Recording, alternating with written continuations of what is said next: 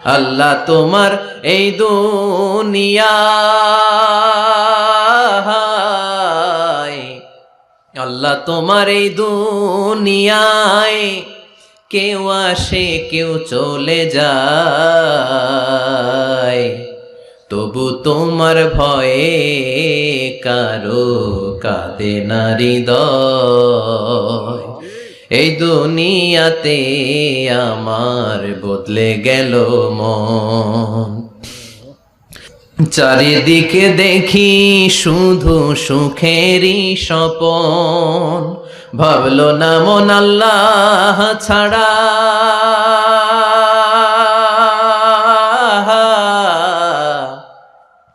ভাবলো না মন আল্লাহ ছাড়া নেই কোনো উপায়, তবু তোমার ভয়ে কারো কাঁদে না হৃদয়। ঠিক কিনা?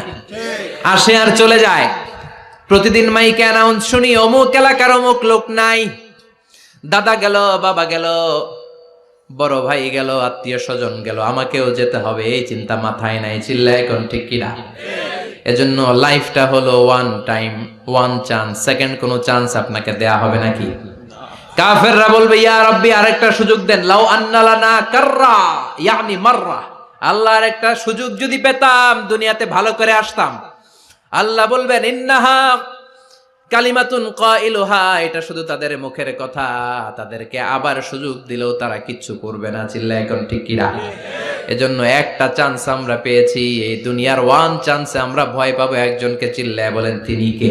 আল্লাহ। এজন্য যেতে আমাদেরকে হবে, এই মরণ থেকে পালানোর কোনো সুযোগ কেউ পালাতে পারে নাই।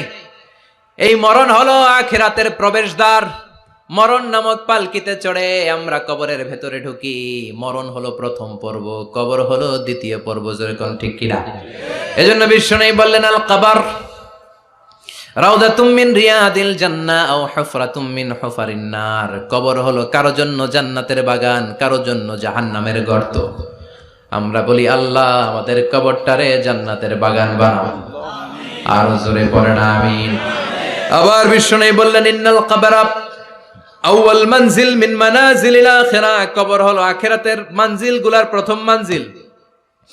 আখিরাতে একটার পরে একটা অনেকগুলো স্টেশন আপনাকে পার হতে হবে। প্রথম স্টেশনটার নাম হলো কবর। প্রথম স্টেশনের নাম কি? এই কবর নামক স্টেশনে যদি আপনি মাফ পেয়ে যান, সামনের সব স্টেশনগুলোতে মাফের ব্যবস্থা করবে কে? আল্লাহ। আর কবর নামক স্টেশনে যদি ধরা খেয়ে যান, আপনার মায়ের আছে না নাই? লাশটাকে যখন রাখা হয়, লাশটা চিনে কে আমারে রাখলো, কে আমাকে ধৌত করলো, কে আমারে কাফন পড়ালো।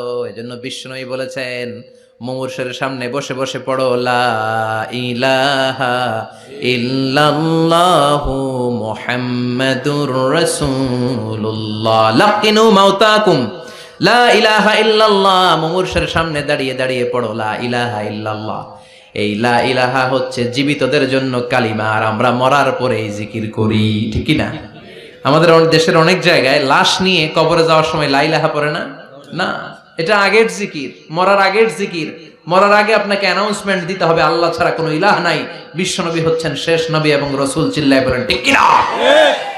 লাশটাকে যখন রেখে দেয়া হয়, বিশ্বনবী যত মানুষকে কবরে রেখেছেন তারপরে দাঁড়িয়েছেন আর বলেছেন ইস্তাগফিরু লিআখিকুম, তোমার ভাইদের জন্য তোমরা দোয়া করো। ফাইন্নাহুল আনা ইউসআল, এখনই তাকে কবরে সওয়াল করা হবে। কবরে প্রশ্ন আছে না নাই?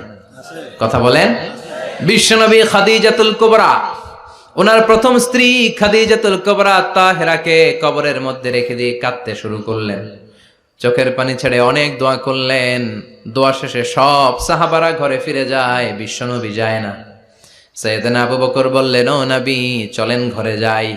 অনেক তো দোয়া করলেন। বিশ্বনবী বললেন আবু বকর তুমি যাও, আমি যাব না।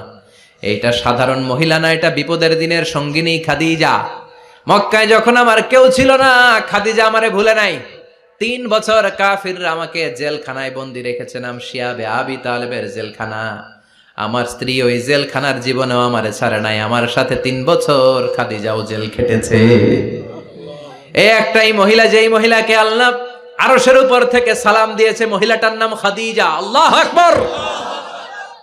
আমার সব সন্তান আল্লাহ খাদিজার পেট থেকে দিয়েছে। ফাতেমাতুজ জোহরা খাদিজার মেয়ে, জাইনাব খাদিজার মেয়ে, উম্মে কুলসুম খাদিজার মেয়ে, রুকাইয়া খাদিজার মেয়ে, আবুল কাসেম বিশ্বনবীর ছেলে খাদিজার ছেলে, আব্দুল্লাহ যাকে তাইয়্যিব এবং তাহের নামে আমরা চিনি, সেও খাদিজার ছেলে। সুবহানাল্লাহ।